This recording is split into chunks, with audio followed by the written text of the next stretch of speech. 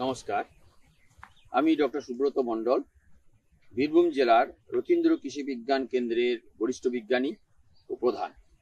আমরা আজকে আলোচনা করব সর্ষে চাষের খুঁটিনাটি ব্যাপারে এবং বিশেষ করে মধ্যবর্তীকালীন যে পরিচর্যা সর্ষে চাষের সেটা নিয়ে আমরা আলোচনা করব। আমরা এখন আমাদের রতীন্দ্র কৃষি বিজ্ঞান কেন্দ্রের যে ফার্ম আছে, বীজ উৎপাদনের ফার্ম, সেই বীজ উৎপাদনের ফার্মে আমরা দেখছি যে সর্ষে ক্ষেত আমরা দেখতে পাচ্ছি। এটা আমাদের যে সর্ষেটা, এটা মূলত হচ্ছে কালো সর্ষের জাত। এই জাতটার নাম হচ্ছে PM30, পুষা মাস্টার 30। এটা খুব লম্বা হয় না, কালো সর্ষে কিন্তু লম্বা হয় না। একটা সুন্দর হাইট, এবং এটা 110 দিনের মধ্যে পেকে যাবে। যা সাধারণভাবে আমরা যেগুলো কালো সর্ষের চাষ করে থাকি, যেটা দেখেছি যে 130 দিন 35 দিন লেগে যায়, পরবর্তীকালে একটা সেচের সমস্যা হয়, জলের সমস্যা হয়, কিন্তু এটা 110 দিনের মধ্যে পাকে এবং অত্যধিক হাইটও হয় না, এবং এটা কালো সর্ষে। এখন এই সর্ষেটা চাষ করার জন্য আমাদেরকে কি করতে হয় না, আমাদের যখন চাষ করে এটাকে বীজ ফেলা হয়েছে। বীজের হার কত ছিল?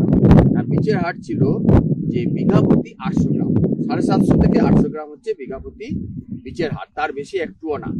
এবং এটা যখন আমরা ফেলেছি তার আগে এটাতে বিঘা প্রতি 30 কেজি চুন প্রয়োগ করা হয়েছে, যেহেতু বীরভূম জেলার মাটি স্বাভাবিকভাবেই অম্ল মাটি, এবং এটা মাটি পরীক্ষা না করেই দেওয়া হয়েছে, কিন্তু মাত্র বিঘা প্রতি 30 থেকে 40 কেজি চুন দেওয়া হয়েছে মাটিটাকে ঠিকঠাকভাবে রাখার জন্য, এবং যাতে অন্যান্য রোগ আক্রমণ না হয়, বিশেষ করে শিকড় ফলা রোগ যাতে না আসে, সেটার জন্য আমরা এটা করেছি। আচ্ছা, এছাড়া আর কি করতে হবে না, একটা সার প্রয়োগ করতে হবে। সেই সার প্রয়োগটা কিরকম না, 60-30-30 নাইট্রোজেন, ফসফরাস এবং পটাশিয়াম কেজি পার হেক্টর, এই হিসাবে আমাদেরকে সার প্রয়োগ করতে হবে। অর্থাৎ আমরা এই সারটা যেটা প্রয়োগ করতে হবে সেটা হচ্ছে ইউরিয়া, সিঙ্গেল সুপার ফসফেট আর পটাশ, এই তিনটে সারকে মিশিয়ে এটা প্রয়োগ করতে হবে। এটা কখনো ডিএপি বা 10-26-26 এই সার দিয়ে করবো না।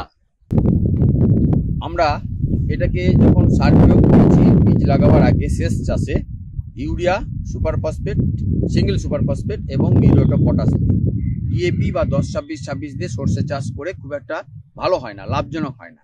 সেটা কেন বলছি, তার আগে বলি কতটা ইউরিয়া দেওয়া হয় না। ইউরিয়া টোটাল আমার লাগবে প্রায় 16 থেকে 17 কেজি, অর্থাৎ 8 কেজি ইউরিয়া আমরা দেবো মূল চাষের সময়, অর্থাৎ বীজ ফেলার আগে শেষ চাষে। আর আমার সিঙ্গেল সুপার ফসফেট দেবো 25 কেজি, এবং পটাশ আমরা দিয়ে দেবো 6 থেকে 7 কেজি। এটা আমার মূল সার হিসাবে শেষ চাষে জমির সঙ্গে দিতে হবে। তারপরে আমাদের 30 থেকে 35 দিনের মাথায় 8 কেজি ইউরিয়া আমরা চাপান দিচ্ছি। এছাড়া এটা যে আমরা বললাম যে কেন সিঙ্গেল সুপার ফসফেট, কারণ সিঙ্গেল সুপার ফসফেটের মধ্যে ফসফরাস ছাড়াও সালফার আছে। তো এই যে আমাদের সর্ষে চাষ, সেই সর্ষে চাষে সালফার হচ্ছে একটা গুরুত্বপূর্ণ জিনিস। বিশেষ করে সর্ষের যে ঝাঁঝ, যে গন্ধ, সেটা আনতে গেলে আমাকে এটা কিন্তু খুব জরুরি এই সর্ষে চাষে। তো এটা দেওয়ার জন্য আমাদেরকে সিঙ্গেল সুপার ফসফেট দিতে হবে, ডিএপি দিলে এটা আমরা পাবো না। তাছাড়া অনুখাদ্যের অভাব কিন্তু খুবই দেখা যাচ্ছে সমস্ত জায়গায়, অম্ল মাটিতে তো আছেই, এছাড়াও বিভিন্ন জায়গায় কিন্তু অনুখাদ্যের অভাব আমরা দেখা যাচ্ছে। তার কারণ হচ্ছে আমরা ব্যাপক পরিমাণে ভালোভাবে উপযুক্ত পরিমাণে আমরা গোবর সার বা কোনো জৈব সার দিতে পারছি না। আমরা যেমন এখানে জৈব সার প্রয়োগ করেছি, এখানে আমাদের বিঘে প্রতি 4 গাড়ি গরুর গাড়ি যেটা বলে, বা আমার মোটামুটি 1 ট্রাক্টর জৈব সার আমরা এটার মধ্যে দিয়েছি, গোবর সার। তো এই গোবর সারটা দেওয়ার পরে আমাদেরকে যদি চাষ দেওয়া হয় তাহলে একটু ভালো ফলন পাওয়া যাচ্ছে এবং অনুখাদ্যের অভাবটা রক্ষা করা সম্ভব হয়। তা না হলে আমাদেরকে দেখা যাচ্ছে জিঙ্ক এবং বোরন, এই অনুখাদ্যের অভাব কিন্তু আমাদের দেখা দিচ্ছে, এবং এই জিঙ্ক এবং বোরনের অনুখাদ্যের অভাবের জন্য জিঙ্কের সময় দেখা যায়, যদিও আমাদের এখানে নেই, কি হয় এই গাছগুলো তখন হয় কি একটু ঝাঁটার কাঠির মতো হয় এবং একটু বসে যায় এই সর্ষে গাছে। আর যখন বোরনের অভাব হয় তখন এই যে শুটি, এই শুটিগুলো হচ্ছে, কিন্তু বোরনের অভাব হলে কি হবে, এই সব ফুলগুলো শুটিতে পরিণত হবে না, প্লাস এই শুটি থেকে শুটির মধ্যে যে দানাগুলো, এই দানাগুলো পুষ্ট হবে না। অথচ এটা একটা শুটি দাঁড়াবে, কিন্তু ভিতরে দানা থাকবে না, দানা থাকলেও খুব ছোট্ট, যেটা থেকে তেল আসবে না। তাই এই জিঙ্ক এবং বোরনের অনুখাদ্যের অভাবে যাতে এই সমস্যাগুলো তৈরি না হয়, আমার ফলন কমে না যায়, তাই আমরা স্প্রে করব। 30 থেকে 35 দিনের মাথায় প্রথম স্প্রে, প্রতি লিটার জলে 2 গ্রাম 20 এবং 1 গ্রাম জিঙ্ক ইডিটিএ। কি বললাম না, প্রতি লিটার জলে 2 গ্রাম বোরন 20 এবং 1 গ্রাম জিঙ্ক ইডিটিএ মিশিয়ে এটাতে আমরা স্প্রে করব এবং এই স্প্রে করার 20 দিনের মাথায় আরেকবার স্প্রে করব। এটা যদি আমরা স্প্রে করি তাহলে দেখা যাবে যে এর দানাগুলো পুষ্ট হয়েছে, অনেক বেশি এই যে সর্ষের যে সুটি যেটা এটা তৈরি হয়েছে এবং তেলের পরিমাণ বৃদ্ধি পাচ্ছে। তাই এইভাবে আমাদেরকে চাষ করতে হবে এবং যখন দেখব যে প্রায় 75% সুটি পাকা পাকার মতো হয়ে এসছে, তখন আমরা এটাকে কেটে রোদে আমাদের খামারে নিয়ে ফেলে রাখবো। রেখে যাওয়ার পরে এটাকে আমরা ঝাড়িয়ে মারিয়ে তারপরে এটা তেল করব এবং দেখা যাবে 1 কেজি